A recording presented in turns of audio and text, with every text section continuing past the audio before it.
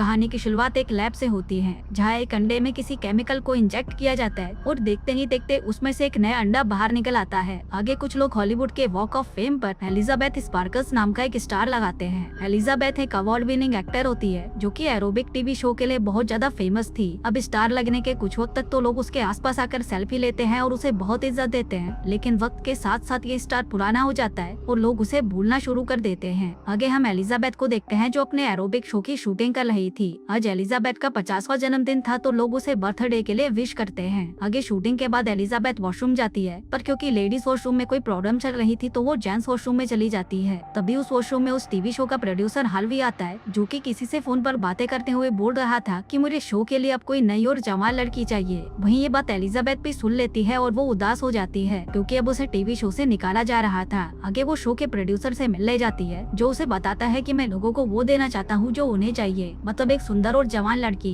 इसके बाद जब एलिजाबेथ अपने घर जा रही थी, तभी वो देखती है कि कुछ लोग बिलबोर्ड से उसकी तस्वीर को हटा रहे होते हैं और तभी उसका ध्यान भटकने के कारण उसका एक्सीडेंट हो जाता है, लेकिन उसे कोई भी खास चोट नहीं आती। आगे हॉस्पिटल में डॉक्टर उसे चेक करता है, पर क्योंकि वो बिल्कुल ठीक थी तो डॉक्टर उसे घर जाने की परमिशन दे देता है। अब क्योंकि एलिजाबेथ को शो से निकाला जा रहा था तो वो बहुत परेशान होती है और रोने लगती है। तभी इसी हॉस्पिटल का नर्स वहाँ पर आता है, जिसके हाथ पर एक निशान था, और वो एलिजाबेथ के पास आकर उसकी रीढ़ की हड्डी को चेक करने लगता है। जिसके बाद वो एलिजाबेथ के कपड़े वापस करके उसे वहाँ से जाने को कहता है। आगे जब एलिजाबेथ हॉस्पिटल से बाहर आकर अपनी जेब में हाथ डालती है, तभी उसकी जेब में से एक पेन ड्राइव निकलती है, जिस पर द सब्सटेंस लिखा हुआ था, और ये उसी नर्स ने ही उसके कपड़ों में रखी थी। इसी के साथ एक नोट भी था, जिसमें लिखा था कि इसने मेरी जिंदगी बदल दी। तभी वहाँ पर फ्रेड नाम का एक आदमी आता है, जो कि एलिजाबेथ का एक पुराना फ्रेंड था। वो उसकी बहुत तारीफ करता है और उसे एक कागज के टुकड़े पर अपना नंबर लिख कर देता है। आगे घर आकर एलिजाबेथ उस पेन ड्राइव को प्ले करती है, जिसमें उसे द सब्सटेंस नाम के एक सिरम के बारे में पता चलता है, जिसके इस्तेमाल से किसी भी चीज का एक जवान और सुंदर वर्जन बनाया जा सकता था। लेकिन ये सिरम दोनों वर्जन को आपस में जोड़कर रखता है और किसी भी हालत में 7 दिन में बारी बारी से दोनों वर्जन को एक्टिवेट करना होता है, और अपने नए वर्जन को स्टेबल रखने के लिए उसे हर रोज एक सिरम का इंजेक्शन लगाया जाता है। अब एलिजाबेथ शुरुआत में तो उस पेन ड्राइव को निकाल कर फेंक देती है, लेकिन बाद में वो उस नंबर पर फोन करके कहती है कि मुझे वो सिरम ऑर्डर करना है, और उन्हें अपना एड्रेस बताती है। वहीं वो सप्लायर तुरंत उसका एड्रेस नोट कर लेता है और उसे अपना एड्रेस बताकर कॉल काट देता है।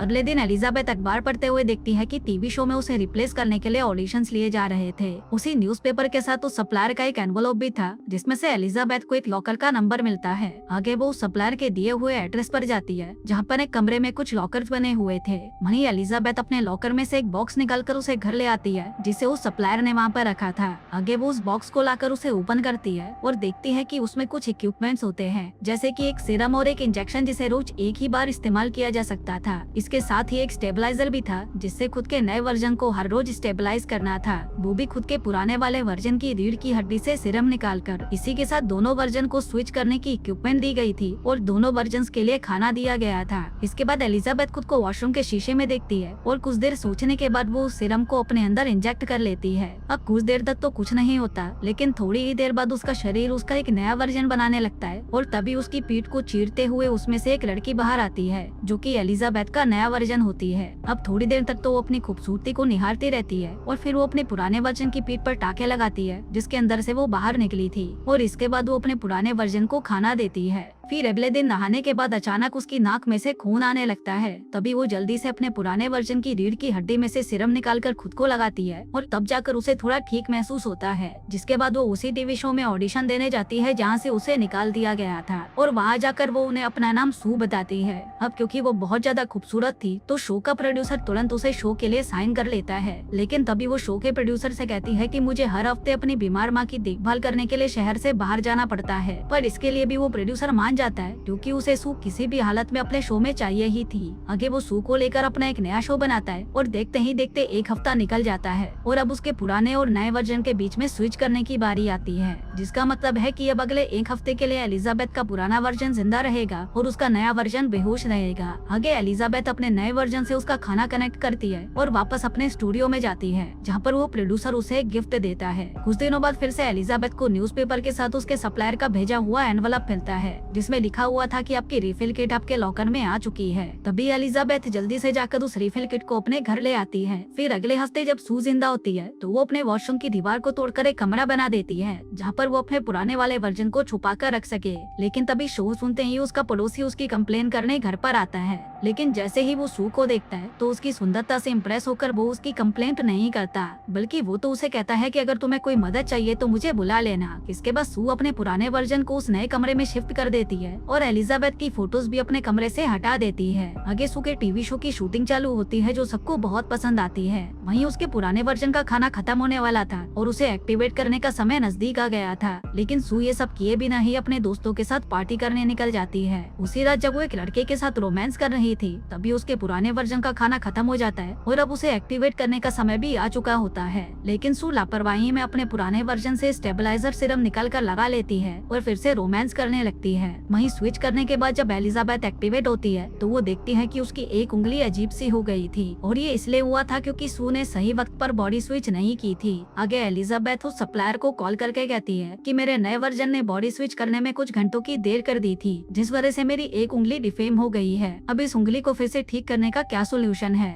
लेकिन वो सप्लायर उसे कहता है कि जो हो गया है अब उसको ठीक नहीं किया जा सकता और वैसे भी तुम दोनों तो एक ही हो। आगे एलिजाबेथ अपने लिए नई रिफिल किट लेने जाती है और फिर एक रेस्टोरेंट में जाती है। वहाँ पर उसे एक बुढ़ा आदमी मिलता है जिसके हाथ पर वही निशान था जो उस हॉस्पिटल वाले नर्स के हाथ पर था जिसने उसे वो पेन ड्राइव दी थी। दरअसल ये बूढ़ा आदमी उस जवान लड़के का पुराना वर्जन होता है। वो एलिजाबेथ से पूछता है कि क्या तुम्हारे नए वर्जन ने तुम्हें खाना शुरू कर दिया है, लेकिन वो उसे कोई जवाब नहीं देती और वहाँ से घर चली जाती है। आगे एलिजाबेथ घर आकर अपने पुराने सामान से फ्रेड का नंबर ढूंढती है जो उसे हॉस्पिटल के बाहर मिला था। जिसके बाद वो उसे कॉल करके मिलने के लिए एक रेस्टोरेंट में बुलाती है। लेकिन तभी बिल बोर्ड पर सू की तस्वीर देखकर उसका कॉन्फिडेंस ही खत्म हो जाता है और वो उससे मिलने नहीं जा पाती। आगे सू एक्टिवेट होने के बाद अपने शो की शूटिंग के लिए जाती है जहाँ अचानक उसके शरीर में से कुछ बाहर निकलने लगता है। वो जल्दी से वॉशरूम में जाकर अपनी नाभि के जरिए उस चीज को बाहर निकालती है। वो देखती है कि ये एक मांस का टुकड़ा होता है जो एलिजाबेथ ने खाया था। लेकिन तभी वो देखती है कि ये सिर्फ एक सपना था जो सू एक्टिवेट होने से पहले देख रही होती है। आगे वो शूटिंग के लिए स्टूडियो में जाती है जहाँ पर प्रोड्यूसर उसे बताता है कि तुम्हें न्यू ईयर पर होने वाले एक शो को होस्ट करने का मौका दिया जा रहा है जो कि आज से 3 महीने बाद है। वहीं ये सुनकर सू बहुत खुश होती है और शो को होस्ट करने के लिए मान जाती है। आगे हम देखते हैं कि सू हफ्ता खत्म होने के बाद भी काफी दिनों तक एलिजाबेथ की बॉडी में से उस सीरम को निकालती रहती है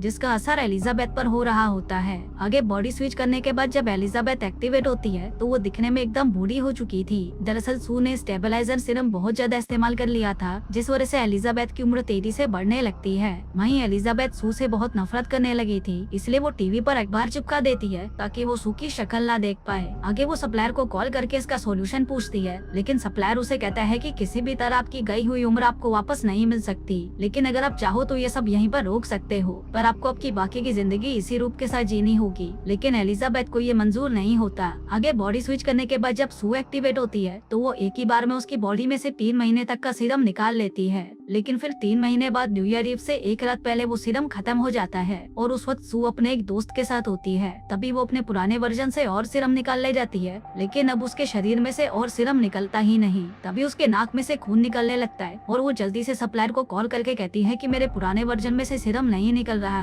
सप्लायर बोलता है कि आपने उसकी बॉडी का सारा सीरम खत्म कर दिया है, इसलिए अब आपको नया सीरम बनने तक का इंतजार करना होगा और साथ ही वो उसे तुरंत बॉडी स्विच करने को कहता है। आगे सू गिरते पड़ते वॉशरूम में जाकर अपनी बॉडी स्विच करती है, पर अब क्योंकि सू ने लिमिट से कई ज्यादा उस सीरम का इस्तेमाल कर लिया था इसीलिए एलिजाबेथ की उम्र तेजी से बढ़ गई थी। आगे जब एलिजाबेथ अपने आप को शीशे में देखती है तो वो बहुत ज्यादा बूढ़ी हो चुकी होती है। वहीं जब सू का दोस्त उसकी आवाज सुनकर वॉशरूम तक आता है तो एलिजाबेथ उसे चिल्लाकर भगा देती है। आगे एलिजाबेथ उस सप्लायर को कॉल करके कहती है कि मैं ये सब यहीं रोकना चाहती हूँ। जिसके बाद एलिजाबेथ अपने लॉकर में से एक आखिरी किट लेने जाती है जिसमें एक टर्मिनेशन सीरम होता है और इस सीरम से वो अपने नए वर्जन यानी सू को खत्म कर सकती थी। अब एलिजाबेथ सू को वो टर्मिनेशन सीरम लगाने ही वाली थी कि तभी उसके दिमाग में उस सप्लायर की आवाजें गूंजने लगती है जो उसे कह रही थी कि अगर तुमने ऐसा कर दिया तो तुम जैसी हो वैसी रह जाओगी। पर एलिजाबेथ फिर भी उसे वो इंजेक्शन लगा देती है लेकिन पूरा सीरम इंजेक्ट होने से पहले वो रुक जाती है क्योंकि अभी भी वो सुंदर बनकर लोगों की तारीफें सुनना चाहती थी। जिसके बाद वो सू को जगाने की कोशिश करने लगती है लेकिन जब सू नहीं जागती तो वो बॉडी स्विच करने की कोशिश करती है, पर इससे भी जब कुछ नहीं होता तो वो सू के दिल में नीडल लगा देती है जिससे सू भी अब एक्टिवेट हो जाती है। लेकिन जब वो देखती है कि एलिजाबेथ उसे मारने वाली थी तो वो गुस्से में एलिजाबेथ को ही मार डालती है। इसके बाद सू न्यू ईयर ईव के स्पेशल शो के ले जाती है, जहाँ पर अचानक उसकी तबीयत बिगड़ने लगती है। वो जल्दी से वॉशरूम में जाती है, जहाँ पर एक के बाद एक उसके 3 दांत टूट जाते हैं। तभी उसे याद आता है कि उसके पास एक्टिवेशन सीरम अभी भी थोड़ा बचा हुआ है, जिसके बाद वो तेजी से अपने घर की तरफ निकलने लगती है। पर स्टूडियो से जाते हुए अचानक उसका एक नाखून और कान कटकर गिर जाता है। तभी सू जल्दी से घर आकर वो बचा हुआ एक्टिवेशन सीरम खुद में इंजेक्ट कर लेती है। पर क्योंकि उस सीरम को एक ही बार इस्तेमाल करना था, इसलिए इस बार उस सीरम का असर उस पर उल्टा होता है और तभी सू की पीठ को चीरते हुए एलिजाबेथ और सू का एक हाइब्रिड वर्जन बाहर आता है। आगे ये तैयार होकर और अपने चेहरे पर एलिजाबेथ के चेहरे का मास्क चिपकाकर न्यू ईयर ईव के स्पेशल शो पर जाती है, जहां माइक के पास जाते ही उसके चेहरे से वो मास्क गिर जाता है। अब उसका चेहरा देखकर सभी उसे मॉन्स्टर कहते हैं और इधर उधर भागने लगते हैं। तभी एक आदमी आकर बेसबॉल बैट से उस पर वार करता है, जिससे उसका सर धड़ से अलग हो जाता है, जिसके बाद उसके शरीर में से खून ही खून निकलकर फैलने लगता है। आगे एलिजाबेथ बाहर आने लगती है, पर तभी उसका शरीर नीचे गिरकर फैल जाता है। आगे उस तबाह हुए शरीर में से एलिजाबेथ का चेहरा उसके नाम वाले वॉक ऑफ फेम के स्टार पर जाकर रुक जाता है, जहाँ पर वो आसमान की तरफ देखते हुए स्माइल करती है और पिघल जाती है। फिर अगले दिन एक सफाई वाला उस स्टार को साफ कर देता है और दोस्तों इसी के साथ ही ये कहानी यहीं खत्म हो जाती है।